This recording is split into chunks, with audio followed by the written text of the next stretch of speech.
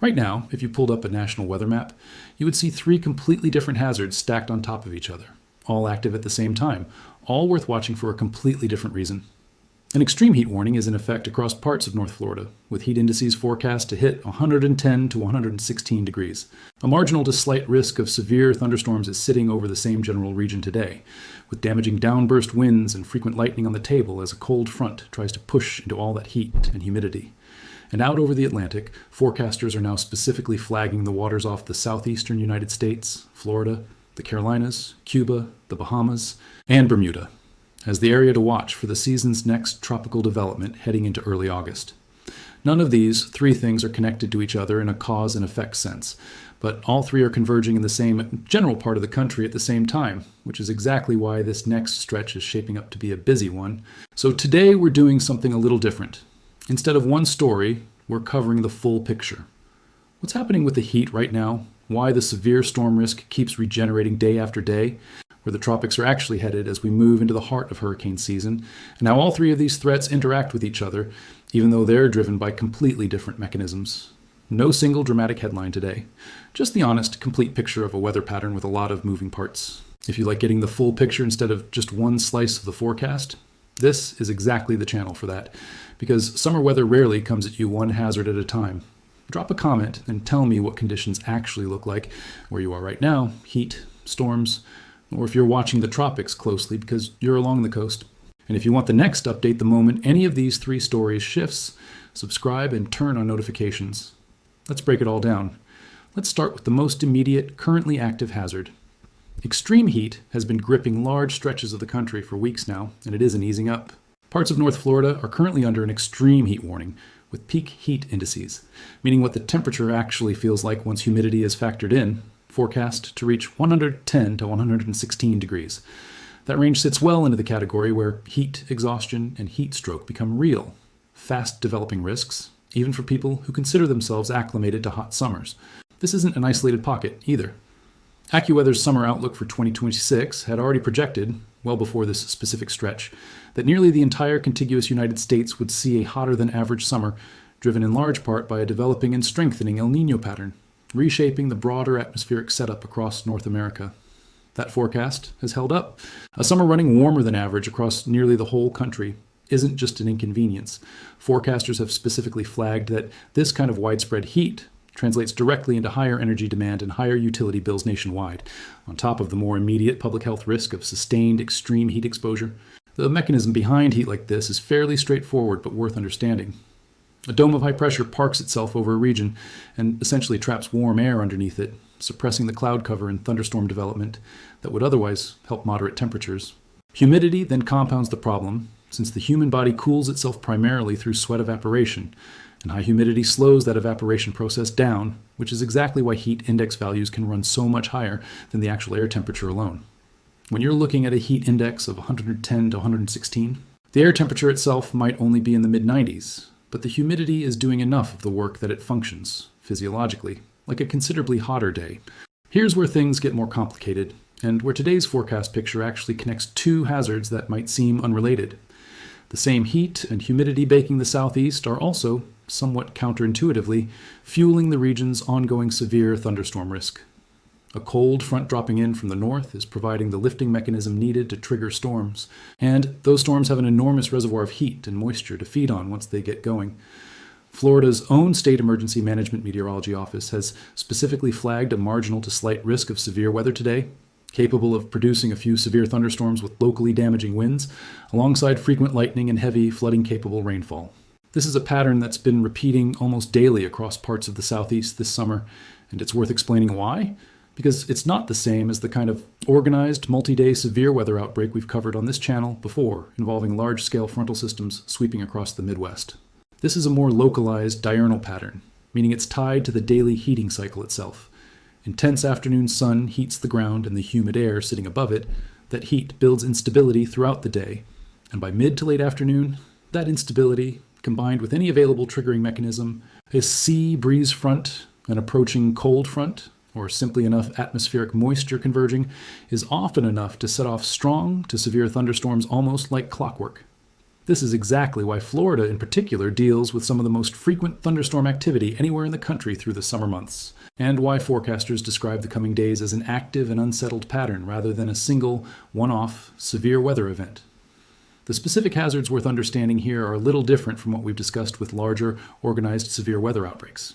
Damaging downburst winds are the headline threat in this kind of setup, produced when a thunderstorm's cooled, rain-laden air comes crashing down and spreads out rapidly upon hitting the ground, capable of producing wind gusts strong enough to snap tree limbs and cause localized property damage, even without any organized, large-scale severe weather system behind it. Frequent lightning is the other major hazard specifically called out in today's outlook, and it's worth remembering that lightning remains one of the most consistently underestimated weather dangers in the country, responsible for dozens of fatalities every year, the overwhelming majority of them involving people who simply didn't take shelter quickly enough once thunder became audible.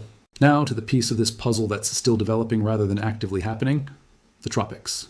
The 2026 Atlantic hurricane season has already produced its first two named storms, Arthur and Bertha, with Bertha making history as the first named storm of the season to actually make landfall, coming ashore in Louisiana in late July before weakening and dissipating.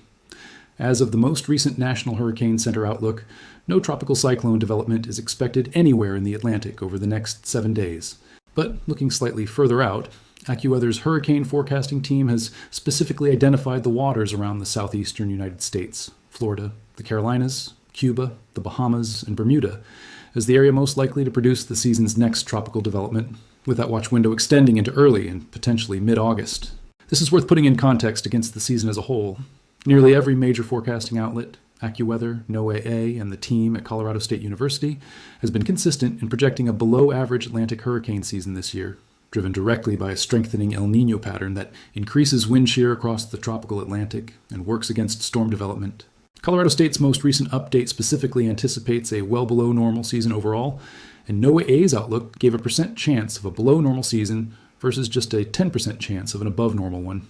AccuWeather's own seasonal numbers call for somewhere between 11 and 16 named storms this year, on the lower end of a typical season's range. But, and this is the exact same caveat worth repeating every time we discuss a quieter than average season, a below average forecast doesn't mean a low impact one. AccuWeather's team has specifically flagged the northern and northeastern Gulf Coast and the Carolinas as the areas at greatest risk of a direct U.S. impact this season, projecting 3 to 5 such impacts despite the overall quieter storm count. And there's a specific technical detail meteorologists are watching closely underneath all of this: ocean heat content. It's not just that surface water temperatures across the hurricane basin are running warm this year. That warmth extends to depths of hundreds of feet in many areas, which matters enormously because a storm that encounters only a thin layer of warm surface water will often churn that warmth away and weaken as it moves. While a storm moving over deep, sustained warm water has a much larger fuel reserve to draw from, exactly the kind of setup that produces rapid intensification even in a season that's otherwise running below the historical average storm count. It's worth explaining why forecasters are already zeroing in on early to mid-August as a key window to watch, even with no active development currently on the board. Atlantic hurricane season runs officially from June 1st through November 30th, but activity is heavily front-loaded toward the back half of that window. Late August through October is climatologically the peak stretch, when ocean temperatures across the main development region, the corridor stretching from the African coast across the tropical Atlantic, typically reach their warmest point of the year. And wind shear patterns across the basin often become more favorable for development compared to earlier in the summer. This means that, regardless of how the season has unfolded so far, with just 2 named storms and no hurricanes yet, the period we're now entering is exactly when forecasters expect activity to pick up, which is precisely why AccuWeather's meteorologists are already highlighting a specific watch area for early August, rather than waiting until an actual disturbance shows up on satellite imagery. It's proactive, climatology-driven attention, not a reaction to any currently visible system. Here's the part of today's story that ties everything together, and it's worth being precise about, because these 3 hazards aren't caused by the same mechanism, but they do interact in ways that matter practically. The extreme heat currently baking the southeast is being driven by a stubborn ridge of high pressure. That same ridge, depending on exactly how it evolves and where it eventually breaks down, plays a real role in steering any future tropical system that does develop off the southeastern coast. Since high-pressure ridges are one of the primary mechanisms that determine whether an approaching tropical system gets pushed toward the U.S. coastline or steered safely out to sea. The daily severe thunderstorm pattern currently affecting Florida is essentially the atmosphere's way of periodically releasing some of the energy that same heat and humidity keeps building up, without needing any organized tropical system at all to produce locally dangerous weather. None of this means the current heat wave or the daily storm pattern is somehow causing a hurricane to form. Tropical cyclone development requires its own specific set of ingredients: warm water, low shear, sufficient moisture, and a triggering disturbance largely independent of a regional heat dome sitting over Florida. But the reason all three deserve mention in the same forecast discussion is that the exact same broad atmospheric setup, a persistent subtropical ridge combined with unusually warm deep ocean heat content across the region, is simultaneously the reason the Southeast is baking under extreme heat right now, the reason daily thunderstorms keep regenerating with locally damaging potential, and the reason forecasters are specifically watching the waters right off that same coastline for the season's next tropical development. It's one broad atmospheric pattern producing three distinct, individually hazardous outcomes. If you're anywhere in the region currently dealing with extreme heat, and that includes a large swath of the Southeast beyond just North Florida, the basics matter more than ever during a stretch like this. Stay hydrated well before you feel thirsty, since thirst is already a lagging indicator of dehydration.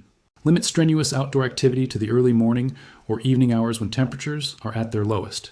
And check on elderly relatives, neighbors, and anyone without reliable air conditioning, since heat-related illness and death disproportionately affect people without consistent access to cooling. Never leave children or pets in a parked vehicle, even briefly, since interior vehicle temperatures can climb to dangerous levels within minutes, even on a moderately warm day, let alone during a heat index event pushing past 110. For the ongoing severe thunderstorm risk, the standard well-worn advice remains exactly as important as ever, specifically because storms like this develop on a near-daily basis, and it's easy to become complacent about them. When thunder roars, go indoors, since lightning can strike from several miles away from the parent storm well before rain even begins falling at your location. Secure or bring in loose outdoor items that could become projectiles in a sudden downburst wind event.